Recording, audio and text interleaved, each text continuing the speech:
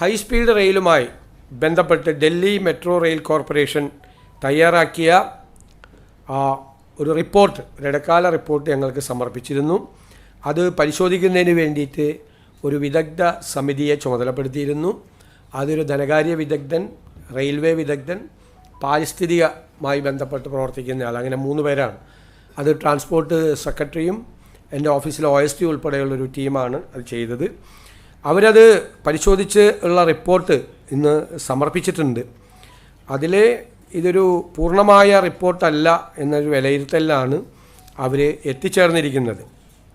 ഒന്ന്, കേരളത്തിൻ്റെ പരിമിതമായ സാമ്പത്തിക വിഭവശേഷി കാരണവും കൃത്യമായ സ്കോപ്പ്, സാധ്യതകൾ, യാത്രക്കാരുടെ എണ്ണം എന്നിവ തിട്ടപ്പെടുത്തുന്നതിനും യാതൊരു തരത്തിലുള്ള പാരിസ്ഥിതിക സാമൂഹ്യ പഠനവും നടത്താത്തതിനാലും ഈ രൂപത്തിൽ പദ്ധതി ഏറ്റെടുക്കാൻ സാധിക്കില്ല. എന്നാൽ ചില തുടർ നടപടികൾ കമ്മിറ്റി ശുപാർശ ചെയ്യുന്നുണ്ട്. അതായത് ആദ്യഘട്ടത്തിലെ സ്ഥല പരിശോധനകൾ, ഭൂമി ഏറ്റെടുക്കൽ സംബന്ധിച്ച വിജ്ഞാപനങ്ങൾ അല്ലെങ്കിൽ ഭൂതല നിർമ്മാണവുമായി ബന്ധപ്പെട്ട യാതൊരു പ്രാരംഭ നടപടികളും ഇപ്പോൾ ആരംഭിക്കരുത് എന്നാണ് കമ്മിറ്റി ശുപാർശ ചെയ്തിരിക്കുന്നത്. കാരണം ഇതിൻ്റെ ഒരു കൃത്യമായ ഒരു എക്കണോമിക് മോഡൽ, ഇതിൽ എത്ര യാത്രക്കാർ യാത്ര ചെയ്യാനുള്ള സാധ്യതയുണ്ട്, പിന്നെ പാരിസ്ഥിതിക പഠനം, ഇതൊന്നും നടത്താതെ, അതാണ് നമുക്ക് കേരളയിൽ പറ്റിയ ഒരു അപകടം ഇതിൻ്റെ അകത്ത് ആവർത്തിക്കരുത് എന്നാണ് ശുപാർശ. കേരളയിൽ പറ്റിയത് ഈ പാരിസ്ഥിതിക പഠനവും മറ്റു കാര്യങ്ങളും നടത്തുന്നതിന് മുമ്പ് തന്നെ ഭൂമി ഏറ്റെടുക്കാനുള്ള നടപടികളുമായിട്ട് മുന്നോട്ട് പോയി. അപ്പോൾ അത് ചെയ്യാനുള്ള ഒരു കാരണവശാലും ചെയ്യരുത്. പിന്നെ സംസ്ഥാന സർക്കാർ സ്വതന്ത്രമായി 3-4 കാര്യങ്ങളിൽ സ്വതന്ത്രമായി പഠനം നടത്തണം. ഒന്ന്, ചരക്ക് ഗതാഗത സാധ്യതകൾ. ഇതിപ്പോൾ പാസഞ്ചേഴ്സിന് ട്രാവൽ ചെയ്യാൻ വേണ്ടിയിട്ടുള്ളതാണ് ഈ ട്രാക്ക് ഇപ്പോൾ പ്രപ്പോസ് ചെയ്തിരിക്കുന്നത്. നമ്മൾ തുറമുഖാധിഷ്ഠിത വികസനത്തെക്കുറിച്ചും വിമാനത്താവള അധിഷ്ഠിത വികസനത്തെക്കുറിച്ചൊക്കെ പറയുമ്പോൾ ഈ ലോജിസ്റ്റിക്സ് മൂവ്മെൻ്റ് ഇല്ല ഇതിൻ്റെ അകത്ത്.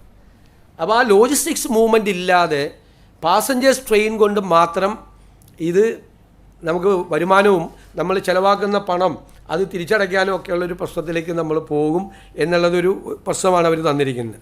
ബദൽ മാർഗങ്ങൾ എന്താണ് എന്നത് വിശകലനം നടത്തണം. ഭൂമിയുടെ ലഭ്യത, അപ്പോൾ അതിനെക്കുറിച്ചുള്ള കൃത്യമായ കണക്കുകൾ ഈ റിപ്പോർട്ടിലില്ല.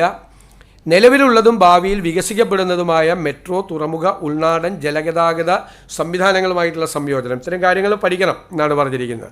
ഈ പഠനങ്ങൾ യഥാർത്ഥ ആവശ്യകതയും പദ്ധതിയുടെ വിശാലമായ ബഹുമുഖ സാമ്പത്തിക പ്രാധാന്യവും തെളിയിച്ചാൽ മാത്രമാണ് DPR തയ്യാറാക്കുന്ന അടുത്ത ഘട്ടത്തിലേക്ക് കടക്കാൻ പാടുള്ളൂ എന്നാണ് കമ്മിറ്റിയുടെ ഏകകണ്ഠമായിട്ടുള്ള റിപ്പോർട്ട്. ആ റിപ്പോർട്ട് വിശദമായി പഠിച്ചതിന് ശേഷം ഗവൺമെൻറ് അതിലുള്ള നടപടികൾ കൈക്കൊള്ളും. അല്ല, അതല്ല, നമ്മളിത് പഠിക്കട്ടെ. നമ്മളിപ്പോൾ ഇവർ സമർപ്പിച്ച റിപ്പോർട്ടിലെ ശുപാർശകൾ ഇതാണ് പ്രധാനമായിട്ട്. കാരണം അതൊരു നല്ല ഇക്കണോമിക് മോഡലല്ല ഇപ്പോൾ തന്നിരിക്കുന്നത്. കാരണം ഇത് പാസഞ്ചേഴ്സ് മാത്രമാണ് പോകുന്നത്, ലോജിസ്റ്റിക്സ് മൂവ്മെൻ്റ് ഇല്ല. നമുക്ക് ലോജിസ്റ്റിക്സ് മൂവ്മെൻറ്റ് വേണം. നമ്മൾ കടലിൽ കൂടി ലോജിസ്റ്റിക്സ് മൂവ്മെൻറ്റ് ആലോചിക്കുന്നു, റെയിലിൽ കൂടി കൊണ്ടുപോയാൽ തന്നെ നമ്മുടെ ഈ റോഡിലെ ജനസാന്ദ്രത, ഈ വാഹനങ്ങളുടെ സാന്ദ്രത നമുക്ക് കുറയ്ക്കാൻ പറ്റും. മാത്രമല്ല ഒരു നമുക്ക് ഇപ്പോൾ എടുക്കുന്ന കടം വലിയ തുക വരും, അതും കൃത്യമായി കണക്കാക്കിയിട്ടില്ല. വലിയ തുക വരുന്നത് നമ്മൾ ബാങ്ക് ലോണും മറ്റു കാര്യങ്ങളും മറ്റ് ബിസിനസ് മോഡലിലല്ലേ ചെയ്യാൻ പറ്റുള്ളൂ. ചെയ്തു കഴിഞ്ഞാൽ അത് തിരിച്ചടയ്ക്കാൻ വേണ്ടിയിട്ടുള്ള വരുമാനം പോലും ഇതിൻ്റെ അകത്തുനിന്ന് കിട്ടാത്തൊരു സാഹചര്യം വരും. യാത്രക്കാരുടെ എണ്ണം പോലും കൃത്യമായിട്ട് തിട്ടപ്പെടുത്തിയിട്ടില്ല. ഒരു അപൂർണമായ റിപ്പോർട്ടാണെന്നാണ് ഇടക്കാല സമിതിയുടെ ഇത്. സർക്കാർ ഇതിനെ സംബന്ധിച്ച് സർക്കാർ ഒന്നുകൂടി ആലോചിച്ച് ഇതിൻ്റെ ബദൽ മാർഗങ്ങളും മറ്റു കാര്യങ്ങളും ആലോചിക്കും. അല്ല, അത് സർക്കാർ പഠിക്കും. അവരോട് ഈ ഡൽഹി മെട്രോ റെയിൽ കോർപ്പറേഷനോട് ഒരുപാട് കാര്യങ്ങൾ അവർ ചോദിച്ചിരുന്നു. ഈ കമ്മിറ്റിയുടെ പ്രവർത്തനത്തിൻ്റെ ഭാഗമായി അവർ ക്വസ്റ്റനെയർ അയച്ചു കൊടുക്കുകയും ഒരുപാട് കാര്യങ്ങൾ അവർ ചർച്ച ചെയ്യുകയും ചെയ്തു. പക്ഷെ അപൂർണമായൊരു റിപ്പോർട്ടാണ്. ഈ റിപ്പോർട്ടിൻ്റെ അടിസ്ഥാനത്തിൽ ഒരു തീരുമാനം ഗവൺമെൻറ് എടുക്കരുത് എന്നാണ് റെക്കമെൻഡേഷൻ. അല്ല, അതിവേഗ റെയിൽപാത സാധ്യമായ കാര്യങ്ങൾ, ഒന്ന് പാരിസ്ഥിതികമായ കാര്യം വളരെ പ്രധാനപ്പെട്ട ഒരു വിഷയമാണ്. ഒന്ന് അതിൻ്റെ സാമ്പത്തികമായ, ഞങ്ങൾ ആ 2 കാര്യത്തിലാണല്ലോ കേരളയിൽ എതിർത്തത്. അതൊരു എൻവയൺമെൻറ്റ് ഡിസാസ്റ്റർ ആയിരിക്കും എന്നാണ് നമ്മൾ പറഞ്ഞത്. അപ്പം ഞങ്ങളത് പറഞ്ഞിട്ട് ഞങ്ങൾ വന്ന് വേറൊരു എൻവയൺമെൻറ്റ് ഡിസാസ്റ്റർ തുടക്കം കുറിക്കാൻ പറ്റില്ല.